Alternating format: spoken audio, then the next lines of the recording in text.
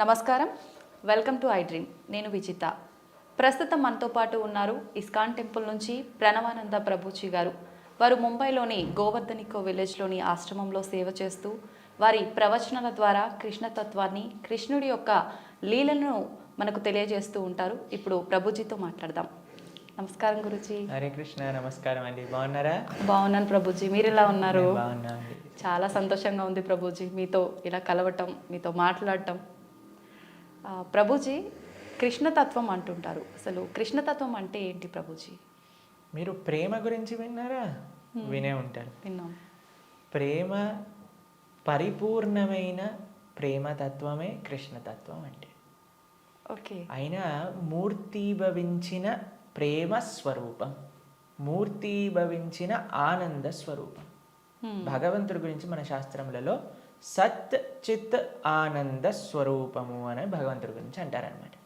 ఇప్పుడు చూడండి, కృష్ణుడి లీలలు ఎటువంటిది అని అంటే, ఎవ్వరు ఆయనని ఏ విధంగా ఆశ్రయించినా సరే ఆయనని అట్రాక్ట్ చేసేస్తారనమాట. ఆకర్షణ మనకి మన మన గ్రావిటీ అని అంటారు. మన భూమికి ఉంటుంది గ్రావిటేషన్ ఎనర్జీ. అది ఏం చేస్తుంది అని అంటే, పైకి ఏదైతే ఉంటుందో దాన్ని కిందికి లాగేస్తుంది అనమాట గ్రావిటీ వల్ల. అవును. కానీ కృష్ణుడు ఎలాంటి వాడంటే, ఎంత కింద పడిపోయిన వాడినైనా సరే పైకి లాగేస్తూ ఉంటాడు. అది ఆయన దగ్గర ఉండే శక్తి అన్నమాట. ఆయన యొక్క లీలల చేత, ఆయన యొక్క చేష్టితముల చేత, ఆయన యొక్క అద్భుతమైన తత్వం చేత అందరి మనసుని కూడా ఆకర్షించే వ్యక్తి కృష్ణుడు. అయితే ఇప్పుడు చూడండి, చిన్నపిల్లల్ని బాలలీలలు చేసి ఆకర్షించారు. అటు చిన్నపిల్లవాడుగా ఉన్నప్పుడు గోపికలందరినీ కూడా ఆయన ఆశ్రయించారు. దాని తర్వాత పెద్దగా అయ్యాడనుకోండి, మిగతా వాళ్ళందరూ తన యొక్క ఫ్రెండ్స్, తర్వాత ఇంకా యంగ్ గోపీస్ అందరూ కూడా కృష్ణుడిని ఆశ్రయించగలిగారనమాట. దాని తర్వాత కంసాదులందరూ కూడా కోపంతో అయినా సరే నిరంతరం కృష్ణుడి గురించే ఆలోచిస్తూ ఉండేవారు, కృష్ణుడితో గురించే ఆలోచిస్తూ ఉండేవారు. మిగతా భక్తులు, నారదాది భక్తులందరూ కూడా ప్రేమతో కృష్ణుడిని ఆశ్రయించారు. అర్జునుడు లాంటి వాళ్ళు ఫ్రెండ్షిప్తో కృష్ణుడిని ఆశ్రయించారు. కాబట్టి ఏ విధంగా చూసినా సరే అందరినీ కూడా తన యొక్క మ్యాజిక్లో పెట్టేసేవాడు అనమాట కృష్ణుడు అని అంటే. కృష్ణతత్వం మనకి అన్నిటికంటే పరిపూర్ణమైన తత్వము అని చెప్తారు భగవద్ అవతారములలో. మనకి భాగవతం చెప్తుంది, సాక్షాత్తుగా అన్ని అవతారముల యొక్క ఏదైతే మూల కారణం ఉందో అది కృష్ణతత్వం అని కూడా మనకి చెప్తారు శ్రీమద్ భాగవత ప్రమాణంగా చూస్తే. ఓకే.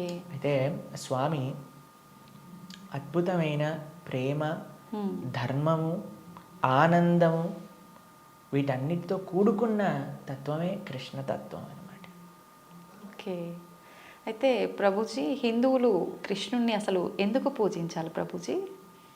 హిందువు అని అంటేనే రామకృష్ణాదులందరినీ కూడా ఆరాధన చేసేవారే. సనాతన ధర్మానికి ఒక మూల స్తంభం, లేదా ఒక విధంగా చెప్పాలి అని అంటే సనాతన ధర్మానికి ఒక అన్నిటికంటే ముఖ్యమైన గ్రంథం మనకి భగవద్గీత. కృష్ణుడిని గీతాచార్యుడు అని అంట. కృష్ణం వందే జగత్ గురుం. మనందరికీ గురువు ఎవరు అని అంటే అది శ్రీకృష్ణుడే. గీత ద్వారా అసలు హిందూ అని అంటే ఏంటి, సనాతన ధర్మానికి చెందినవారు అని అంటే ఏంటో తెలుసా అండి?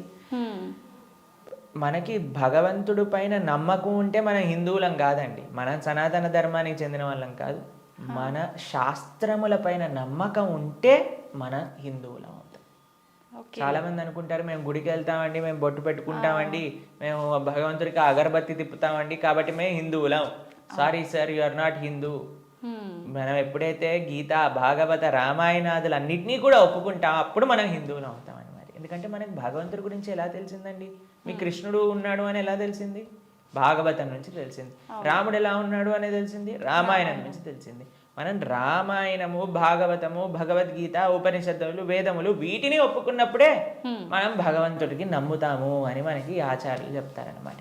కాబట్టి ఆస్తికత అని అంటే గ్రంథములపైన నమ్మకం పెట్టడం, మన శాస్త్రములపైన నమ్మకం పెట్టడం, మన ఆచార్యులపైన నమ్మకం పెట్టడం. కాబట్టి మనందరికీ ఎవరైతే కృష్ణుడు భగవద్గీతలో ఒక విషయం చెప్తారు, ఏంటో తెలుసా అండి? అహం బీజ ప్రదాపిత అని అంటారు. మనందరికీ తండ్రి ఆయనే. మనందరం కూడా మమై వాంసో జీవలోకే జీవభూత సనాతన అని అంటారు గీతలో. మనందరం కూడా కృష్ణుడి యొక్క అంశములు, చిన్న tiny part and parcels of Krishna అని అంటారు. అంటే మీకు ఎక్స్ప్లెయిన్ చేయాలి అని అంటే, ఒక పెద్ద బంగారపు ముద్ద ఉందనుకోండి, 1 కేజీ బంగారపు ముద్ద ఉంది, మీకు ఒక ఉంగరం చేయించుకోవాలి అని అందనుకోండి, దాంట్లో కొద్ది బంగారం తీసి మనం ఉంగరం చేయిస్తాం. కృష్ణుడు ఆ బంగారపు ముద్ద లాంటి వారనమాట, మనమేమో చిన్న చిన్న ఉంగరం లాంటి వాళ్ళం అనమాట. కాబట్టి మనకి కృష్ణుడికి ఉండే సంబంధం ఏంటి అని అంటే, జీవేర స్వరూపహోయ్ కృష్ణేర నిత్యదాస్. మనందరం భగవంతుడి యొక్క దాసులం, భగవంతుడికి సేవకులం అనమాట. కాబట్టి ఆయన సేవ చేయకపోతే ఇంకా మనుష్యే కాదు కదండి. దుర్లభో మానుషో దేహో తదపి దుర్లభమర్థతం మనుష్యత్వం ముముక్షత్వం వైకుంఠ ప్రియ దర్శనం. ఈ మానవ జన్మ లభించిందే భగవంతుని తెలుసుకోవడానికి. కాబట్టి ఆ భగవంతుడి ఆరాధన అనేది ప్రతి ఒక్కరూ తప్పకుండా చేయాలి. మన సనాతన ధర్మంలో కృష్ణ రామ ఆ యొక్క సేవ, వాళ్ళ యొక్క తత్వాలను మనం శ్రవణం చేయటం, వాళ్ళకి సేవ చేయటం అనేది చాలా ముఖ్యం. కాబట్టి ప్రతి ఒక్కళ్ళు కూడా చక్కగా కృష్ణుని ఆశ్రయించాలి, కృష్ణుడి యొక్క భక్తి చేయాలి. ఓకే, అయితే ప్రభుజీ, కృష్ణుడిని ఆరాధించాలంటే కృష్ణుడి విగ్రహం అనేది మనం ఇంట్లో పెట్టుకొని ఆరాధించాల్సి ఉంటుందా గురూజీ? అసలు ఎందుకు పెట్టుకోవాలి కృష్ణుడి విగ్రహాన్ని?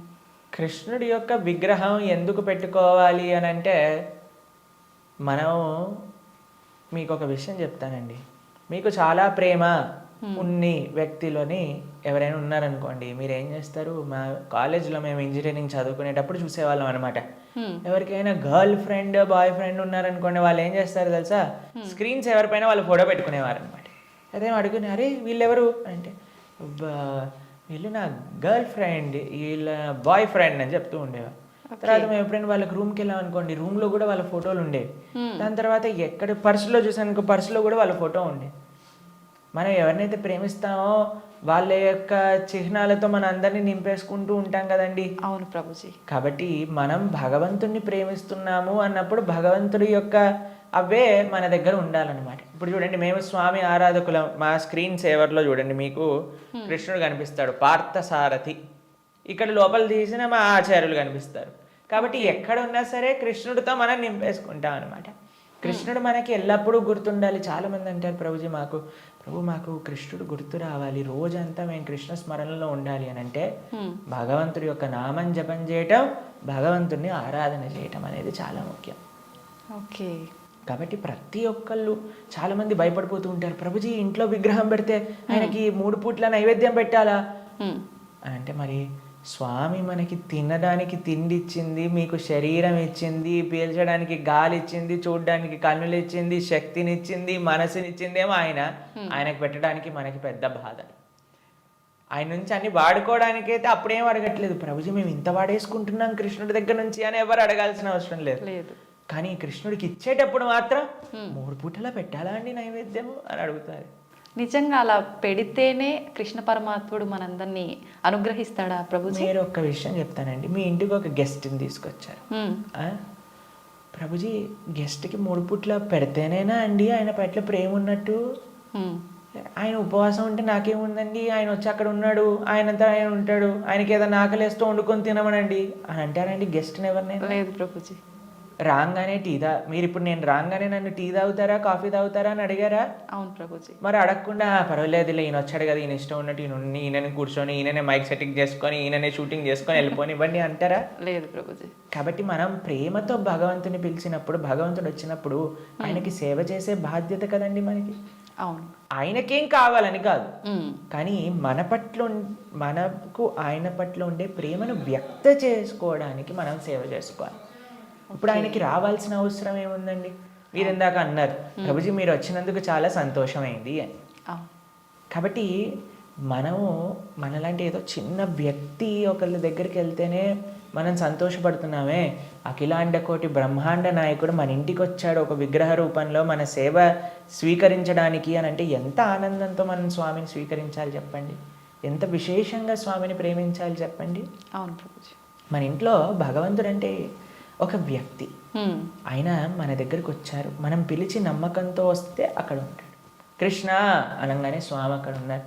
ఇప్పుడు మనం ఏం చేస్తాం, భగవంతుడి యొక్క పూజ అంటే పెద్ద ఏదో వీళ్ళు అనుకుంటారు ఒక ఎక్స్ట్రా బాధ్యత మా తలపైన వేసేస్తారని. కాదండి, ఈజీ. ఇప్పుడు నేను వచ్చాక మీరేమన్నారు, రండి కూర్చోండి, నీళ్లు తాగుతారా, ఏదన్నా తీసుకుంటారా, అంతే భగవంతుడి ఆరాధన. స్వామి వచ్చావా, తర్వాత కూర్చోబెట్టడం, ఆసనం సమర్పణ చేయటం, తర్వాత అర్ఘ్య పాద్య ఆచమనీయాదులు ఇవ్వటం. తర్వాత మీరు ఇంటికి గెస్ట్ వచ్చారనుకోండి, అయ్యా వాష్రూమ్ యూస్ చేస్తారా, స్నానం చేసి రండి, ఫ్రెష్ అప్ అవ్వండి అంటారు కదా, స్వామికి స్నానం చేయించటం. దాని తర్వాత ఏం చేస్తారు, చక్కగా వస్త్రాలు ఇస్తారు, టవల్ ఇస్తారు, చూసుకోవడానికి వస్త్రాలు వేస్తారు. అయ్యా హాయిగా కూర్చోండి, మీకు భోజనం తయారు చేసి వచ్చాం, చక్కగా రండి, టిఫిన్ చేయండి, భోజనం చేయండి అని చెప్తాం. భగవంతుడికి నైవేద్యం పెట్టడం, అంతే పూజ అంటే. దీంట్లో కంగారు పడిపోయి అయ్యా మా ఇంట్లో కృష్ణుని తెచ్చుకుంటే మేము ఏమేం చెయ్యాలి, మా సమయం అంతా పోతుందా. ఎంత చేశామని కృష్ణుడు చూడడు, ప్రేమతో చేశామా లేదా. పత్రం పుష్పం ఫలం తోయం యోమే భక్తా ప్రయచ్చతి. భక్తితో కానీ మనం పెడితే అది స్వామి తప్పకుండా స్వీకరిస్తారు. కానీ పెట్టాలి.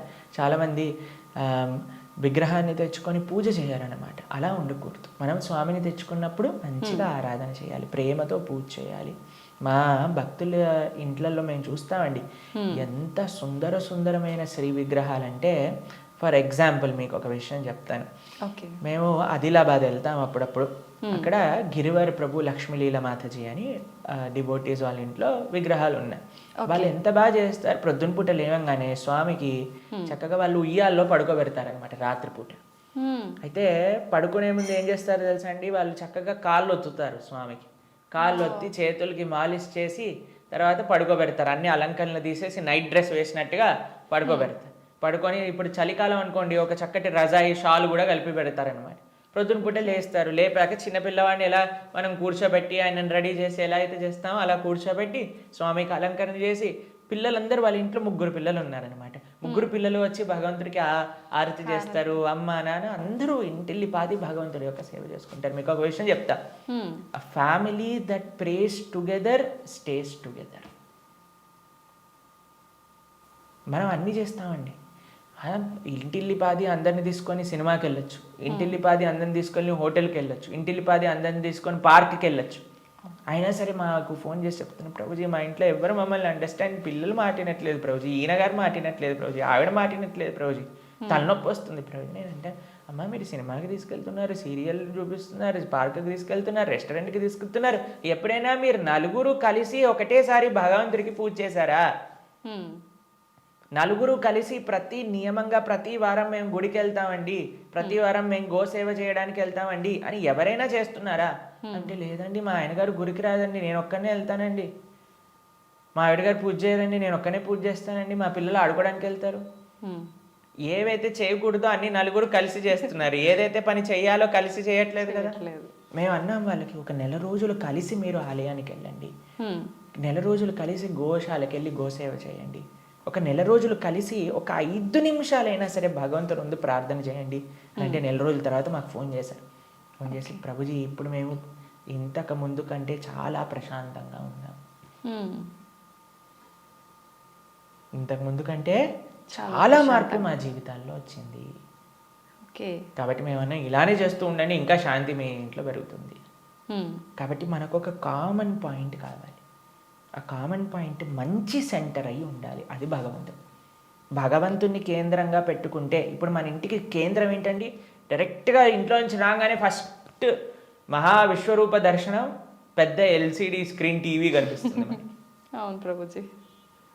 కాబట్టి టీవీ మనకి కేంద్రం అయిపోయింది. టీవీలో ఏం చూపిస్తారండి, ఆ చెత్త ఈ చెత్త తప్ప ఏం అవసరమైన విషయాలు ఏం చూపించరు, ఇలాంటి ప్రోగ్రాముల విషయం పక్కన పెడితే. కాబట్టి మనిషికి ఏది మంచిదో అది మనకి కేంద్రంగా ఉండాలి. ఇప్పుడు దురదృష్టవశాత్తు టీవీలు కేంద్రం అయిపోయాయి ఇంటికి. ఎంత పెద్ద టీవీ ఉంటే అంత గొప్ప స్టేటస్ నీది అని చెప్పుకునే వాళ్ళు కూడా తయారైపోయారు. మేము ఒక భక్తుల ఇంటికి వెళ్ళాం. జనరల్గా భక్తుల ఇంట్లలో టీవీలు చూడం మేము ఎప్పుడు కూడా. వాళ్ళు టీవీలు తీసేసి ఎక్కడైతే టీవీ ఉండాలో అక్కడ ఆలయం ఉంటుంది. మా ఇంట్లో కూడా టీవీ ఉండదండి. మా ఇంట్లో హాల్లోకి వెళ్తే ఫస్ట్ కనిపించేది మీకు మా పూజా గది, మా ఆరాధన మూర్తులు అన్నీ కూడా కనిపిస్తూ ఉంటాయి అన్నమాట. డెలిబరెట్లీ మేము అసలు టీవీ పెట్టలేదు హాల్లో, ఎందుకంటే అందరికీ కేంద్రం భగవంతుడు ఉండాలి అట్లీస్ట్ అని. కాబట్టి భక్తుల ఇంట్లలో ఎక్కడైతే టీవీ మెయిన్ ప్రదేశం ఉంటుందో అక్కడ తప్పకుండా పూజ రూమ్ ఉంటుంది. కానీ ఈ భక్తుడి ఇంట్లో మాత్రం పెద్ద టీవీ ఉందన్నమాట. ఓకే. అయితే నేను అడిగి ఆశ్చర్యపోయాను, అరే టీవీ ఏముంది ప్రభుజీ ఒకసారి వెనకాల చూడండి అనగానే ఏం వైర్ లేవు, ఉత్తి టీవీ అలా పెట్టి ఉంటారనమాట. అయితే నేను అన్నాను ఏమైంది, ఎందుకు అలా పెట్టారు అంటే ప్రభుజీ అందరు అంటున్నారు టీవీ టీవీ ఒక స్టేటస్ సింబల్ అయిపోయింది, మీ ఇంట్లో టీవీ లేదా, మీ ఇంట్లో టీవీ లేదా, మీ ఇంట్లో టీవీ లేదా అన్నందుకు వాళ్ళ కోసం అని పెట్టేశాను ప్రభు, కానీ వైర్లు పెట్టలేదు, ఉత్తి టీవీ పెట్టానని చెప్పారనమాట. Okay, super Prabhuji. కాబట్టి ఇప్పుడు చూడండి, మన జీవితంలో దేన్ని మనం చూస్తూ ఉంటే, దేన్ని మనం వింటూ ఉంటే, దేని గురించి మనం మాట్లాడుకుంటూ ఉంటే, దేని గురించి మనం తలుస్తూ ఉంటే అలా మన మనసు అయిపోతుంది. ఓకే. మీరు చెడు విషయాలు వింటూ, చెడు కార్యక్రమాలు చూస్తూ, అనవసరమైన అక్కర్లేని గొడవలు, మన ఇల్లు ఎంత ప్రశాంతంగా ఉన్న సీరియల్లో మనం గొడవలు చూస్తూ ఉంటే ఆ గొడవలు మన ఇంట్లోకి కూడా వస్తాయి ఒక రోజు. ఎందుకంటే అదే కదండి మన మనసులో దింపేది, అదే కదా మన మనసులో అంత నాటుకుపోయేది. నేను చిన్న చిన్న పిల్లల్ని చూస్తాం, అప్పుడప్పుడు విచిత్రమైన స్లాంగ్లో మాట్లాడతారు. ఓయ్ ఏంట్రా ఇది ఎక్కడ పట్టుకున్నావు నువ్వు అని అంటే, ఆ సినిమాలో అలా మాట్లాడా హీరో.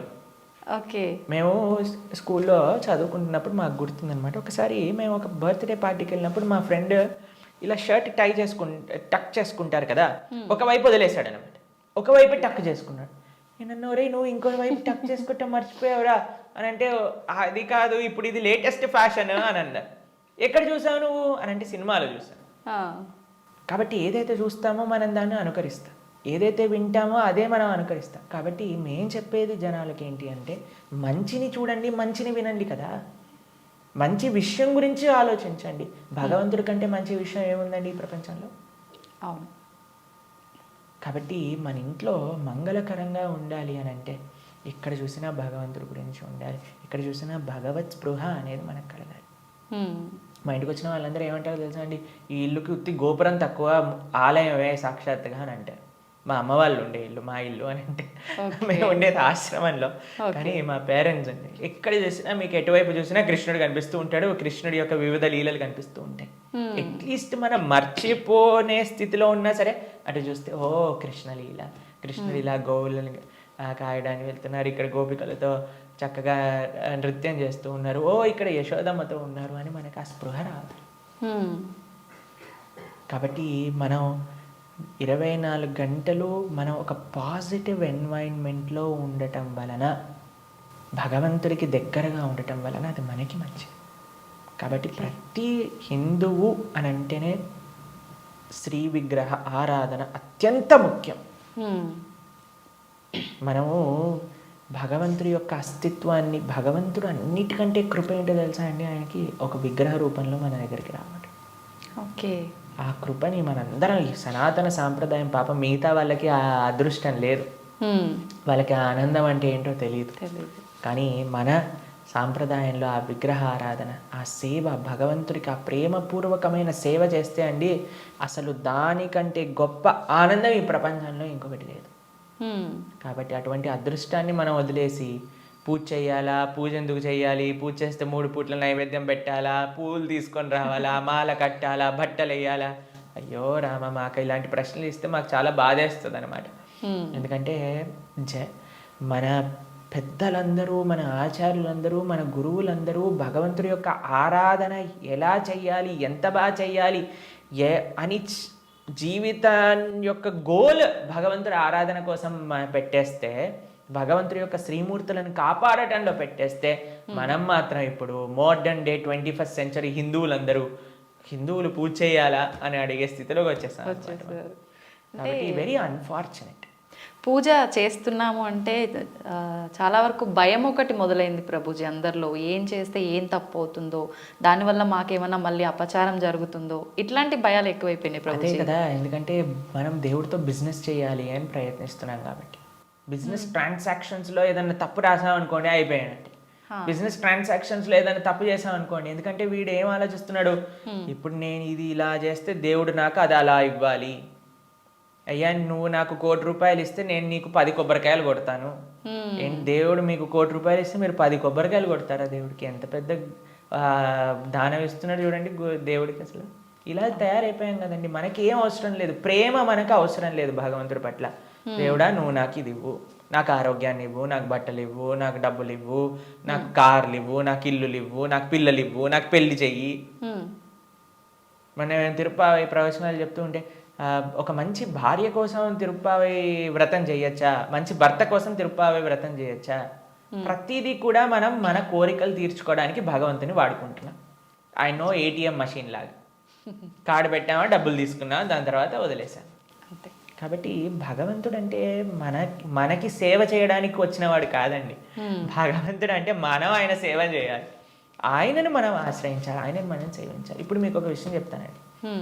ఒక చిన్న పిల్లవాడు ఉన్నాడు, తల్లి ఇలా ఎత్తుకుంది. మేము చిన్నప్పుడు చూస్తాం, మేము కూడా చేసే ఉంటాం.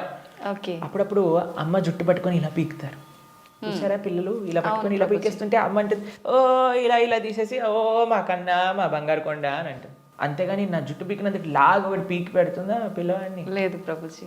ఎందుకంటారండి? పిల్లల్ని గారాబం చేస్తుంటారు ముద్దుగా, అంటే తెలిసి తెలియని వయసు కదా. ప్రేమ ప్రభుజీ, కదండి. ప్రేమ. పాపం వాడికి ఏం తెలుసండి జుట్టు పీకితే నొప్పేస్తుంది మా అమ్మకి అని. కానీ తల్లికి ఆ పిల్లవాడి పైన ప్రేమ అంటే ఏమనిపించదు. అవును, అంతేనా? కొన్నిసార్లు పిల్లలు చూసారా మూత్రం పోసేస్తూ ఉంటారు. ఆ తాతగారు ఎత్తుకున్నప్పుడు, అమ్మమ్మ ఎత్తుకున్నప్పుడు ఏమని అంటారా అండి?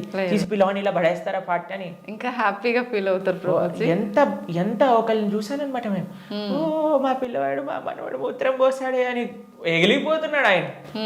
ఎందుకు? ప్రేమ ఉంది కాబట్టి. కాబట్టి భగవంతుడు ప్రేమైకమూర్తి. అందుకే కృష్ణుడి గురించి ఏమన్నాం మనం? ప్రేమ స్వరూపం. ఆయనని మాత్రం మనకి తెలియని తెలుగు, అయ్యా నా భక్తిమాన్, నాకు భక్తి లేదండి, నాకు మంత్రాలు తెలియదు, నాకు నీ పైన అంత ప్రేమ లేదు స్వామి, నాకు తెలిసింది మా గురువులు చెప్పిన విధంగా నీకు పూజ చేస్తున్నా, నువ్వే అన్నిటినీ కాపాడుకో, నువ్వే ఇది ఆరాధన పూర్తి చెయ్యి అని ప్రేమతో చేస్తే స్వామి ఎందుకు అలా చేయడండి? ఎలా చేసినా సరే స్వామి స్వీకరిస్తాం. ప్రేమ ఉండాలంతే. కానీ మనకి ప్రేమ అవసరం లేదు, భగవంతుడు అవసరం లేదు. అయ్యా నువ్వు నాకు ఈ కోరిక తీర్చేసేయ్, ఇదే నాకు నీతో ఉండే సంబంధం, ఇంతే. కాబట్టి ఆధ్యాత్మికవేత్తలు కూడా చేసే అన్నిటికంటే పెద్ద పొరపాటు ఏంటంటే భగవంతుణ్ణి కేవలం భౌతిక కోరికల కోసం ఆశ్రయించాలి అని చెప్పటం అన్నిటికంటే పెద్ద అపరాధం. కాబట్టి ఎప్పుడూ అలా చేయకూడదు. స్వామిని ప్రేమతో ఒక తండ్రిలా, ఒక పిల్లవాడిలా, లేదా ఒక స్వామిలా మనం ఆరాధన చేయాలి. కాబట్టి దాంట్లో ఎప్పుడు తప్పు ఉండదండి. ప్రభుజీ, సాధారణ భక్తులు ఆ రకంగా కృష్ణ భగవాను పూజించిన, సేవ చేసుకున్నా కూడా వస్తాడా ప్రభుజీ భగవానుడు? ప్రేమతో పిలిస్తే వస్తారు, ఎవరు పిలిచినా వస్తారు. ఎవ్వరు పిలిచినా ఆయన వస్తారు.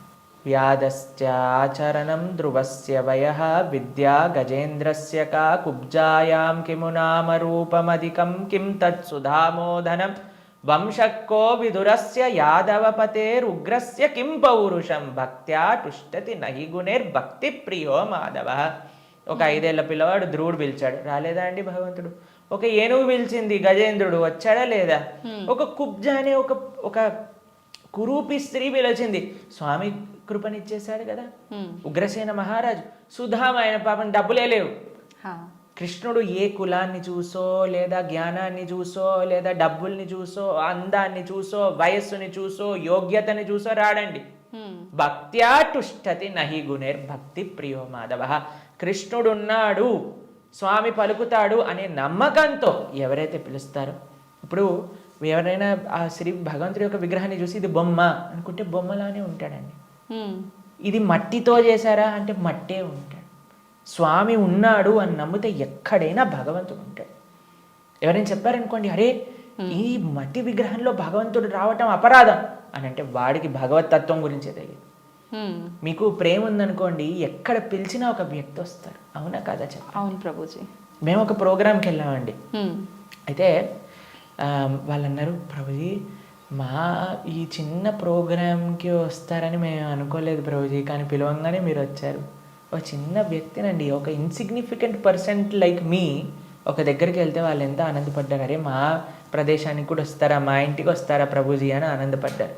అదే ప్రేమతో పిలిస్తే భగవంతుడు రాడు ఈ వస్తువులోకి అని చెప్తే అసలు భగవంతుడు ప్రేమ ఉన్నట్టేనా? అసలు ఆయనకు భగవంతుడి గురించి తెలిసినట్టేనా? లేదు. కాబట్టి ఎవరైతే విగ్రహాలను దూషిస్తారో most unfortunate and most ignorant people in the entire creation. మా స్వామికి మనం అంటే ప్రేమ, మనందరం అంటే ప్రేమ, కాబట్టి మనం ఎక్కడికి పిలిచినా ఆయన వస్తారు. కాబట్టి ఆ ప్రేమ ఎవరు పిలుస్తారు అని కాదండి, ఎవ్వరు పిలిచినా సరే ప్రేమతో నమ్మకంతో కృష్ణుడు ఉన్నాడు.